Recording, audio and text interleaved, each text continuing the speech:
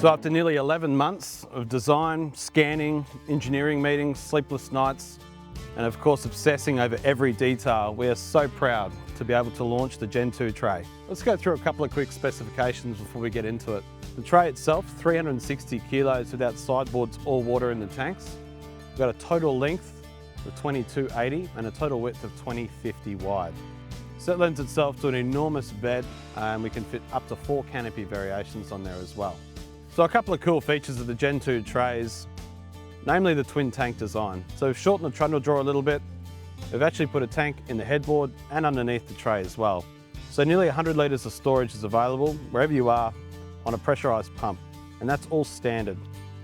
A couple of other small changes we've made to the Gen 2 tray versus the Gen 1 is of course the design. And it's a design you're kind of familiar with the chassis mount. So we launched the chassis mount maybe 8 or 9 months ago with a fairly robust design. It looked good. It featured a little bit more design around the rear of how we do tail lights and stuff. And we really wanted to keep that going when we went to the Gen 2 trays. So that's exactly what we've done. And we actually have a bobtail design. So what we have is 80mm extra on the back that tapers in to a square edge, and then we go down the sides of the tray borders per normal. And that allows us to get a little bit more design as vehicles coming out now with all sorts of design languages and shapes and sizes and much different lines to what we're traditionally seeing. So to have a square tray for us was something that was overdone. I think we were time for a change. I think the industry is ready for the change as well, and that's exactly what we've done. So a bobtail design on the 1500, the 2500, and of course the normal domestic dual cab tray is standard. You can see right from the onset is a completely new headboard design. We really went back to the drawing board with this and went away from the status quo and the norm and went for a curved radius bend up the top. We've got 3 edges on here, then a radius bend on the front side as well. The beauty of this headboard is it's incredibly strong. It's a one-piece headboard, there's no welds in it. It's incredibly hard to manufacture, and the actual extrusion it's made out of, we tooled ourselves. So it's not something that's easy to do. It's a very, very special way of manufacturing it and getting a radius bend without effectively crushing the bend itself. And then of course we've actually added a little bit of a tapered side and a brand new mesh screen as well. So what that's going to give us is a much stronger, much more consistent finish.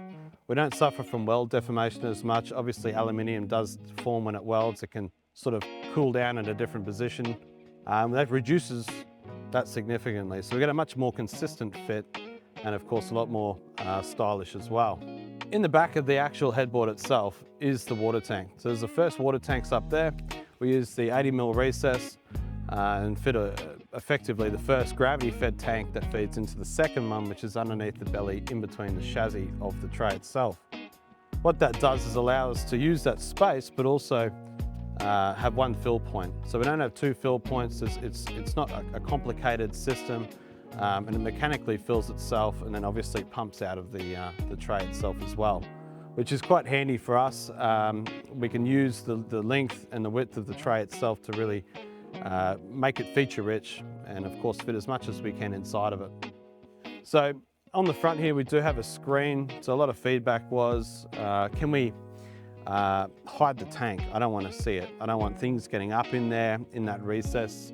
So there are inbuilt screens on the front, which kind of a decorative plate that finishes that off really well. Makes it look a little bit nicer as well. As we move towards the bottom of the tray, the 2500 has an enormous amount of space both behind the wheel and in front. Naturally, and most do, we've used a toolbox there to fill that void.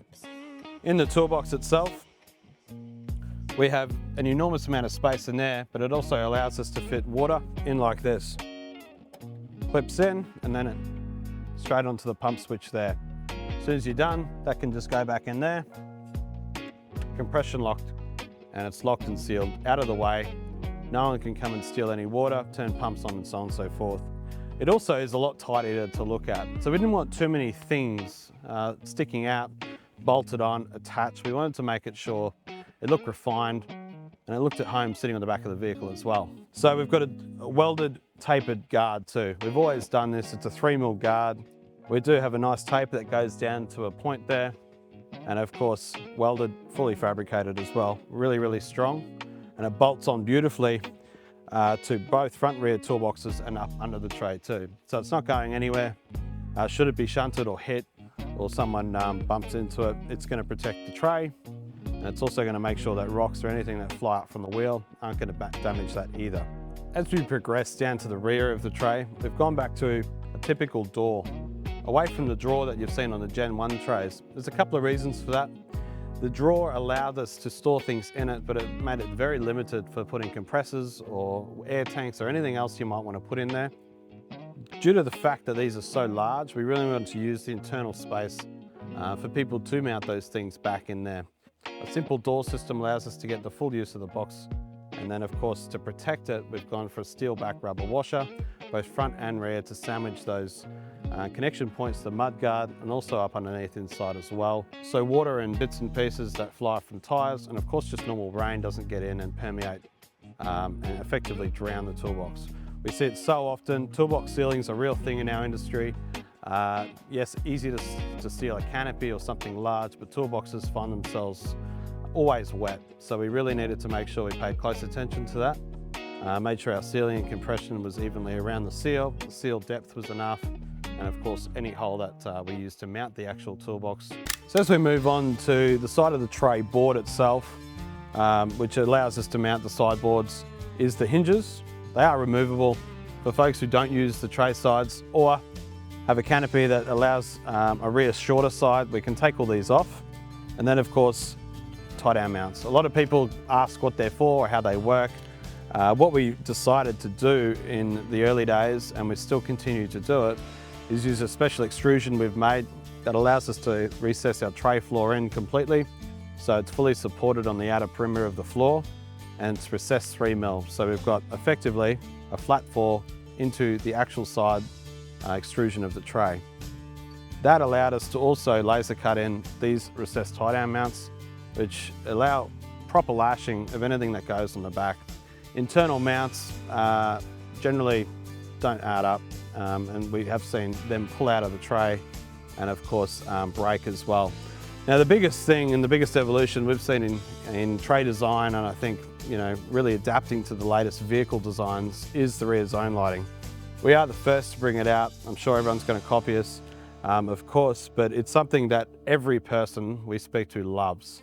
They love the idea of having it there, they love the fact it's standard, and most of all, they love the fact that it is the most useful thing when you least expect it. So at night time, when there's no lighting on the vehicle or no lighting around, simply pressing that allows us to fully illuminate the area around the back of the tray, which comes in so many uses, lighting up boats, working, even just foot area light around the place as well. So it's something that was obvious to me when we designed the tray. It's like, how can we put this in?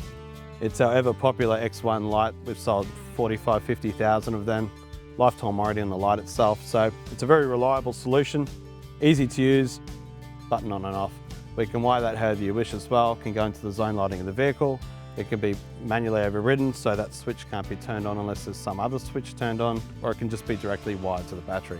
Totally up to you, but it's something that we love, we're very proud of, and it fits so well inside that back corner of the tray as well. As we move around the back of the tray, one of the more noticeable design features is of course the bobtail.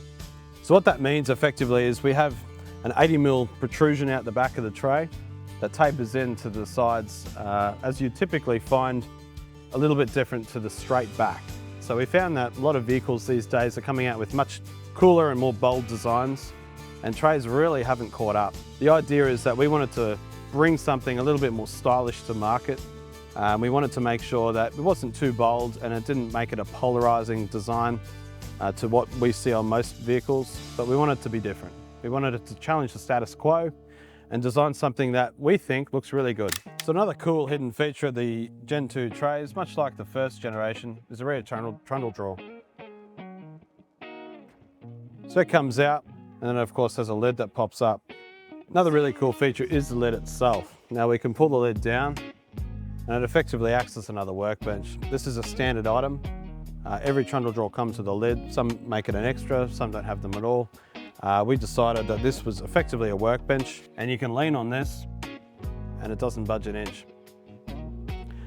Now what we've done with the trundle drawer, very much like the first generation, is used a roller bearing system. These slide in back on bearings. You've probably noticed on each side, there's a big bearing runner. We don't use telescopic arms. We find their weight diminishes as you roll it out, and of course they cascade in, and they're, once heavy, quite hard to actually push back in, and very prone to dust and sand and stuff, ruining that runner. So we decided the roller bearing system, thousands of trays out there, it's been wildly successful, and it's been really, really reliable too. As we close this, it just recesses back in.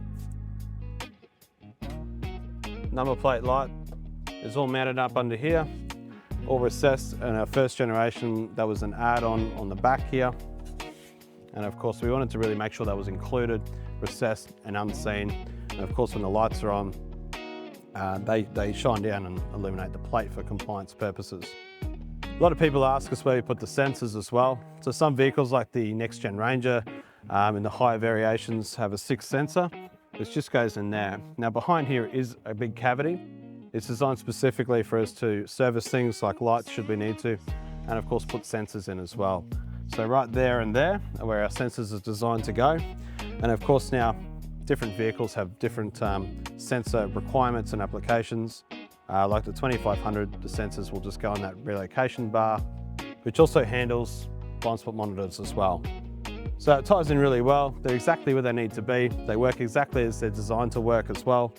And it keeps things, especially that cavity, really hidden and considered as well. As we get round to the passenger side, which is what we call the off side, where most people spend their time on this side of the vehicle, this is where our fuel, AdBlue, power, and water fillers are. So up on the top of the headboard, we've actually got the water filler. So that allows us to gravity feed the first tank into the second tank. And of course, on the other side, just next to it, we have power. So we use a 3-pin Anderson that's recessed into the headboard and allows us to plug in power. Should a canopy or something need to be powered, we can decouple it should it need to be removed. As we move down to the side, first toolbox stores our diesel and AdBlue. So that brings us back to an OE filling port, high flow available as well, and of course a huge locker in here. All key lockable if you're going into unsavoury areas or you are on the road and you want to protect that. That's a key lockable door, and it is available to centrally lock as well. One of the only options for the tray is actually the sideboards. So for people who want to use it as a tray and never really have the need for a canopy or a flat deck, tray sides are a fantastic option. They surround the entire tray, locking it in through nylon bushes on these hinges. Stainless capping on the top allows us to slide things over or lash things over the top of the tray sides. And anti-rattle spring-loaded hinges allow us to lock them in firmly. Even on big corrugated roads, we don't have rattles. It's a really, really good option. They're very strong, really well made. And towards the colour coding, a lot of people ask us about tray colour coding. Both front and rear toolboxes and tray sides are available for colour coding. They are automotive paint, we don't powder coat them, so that the surface is obviously prepared.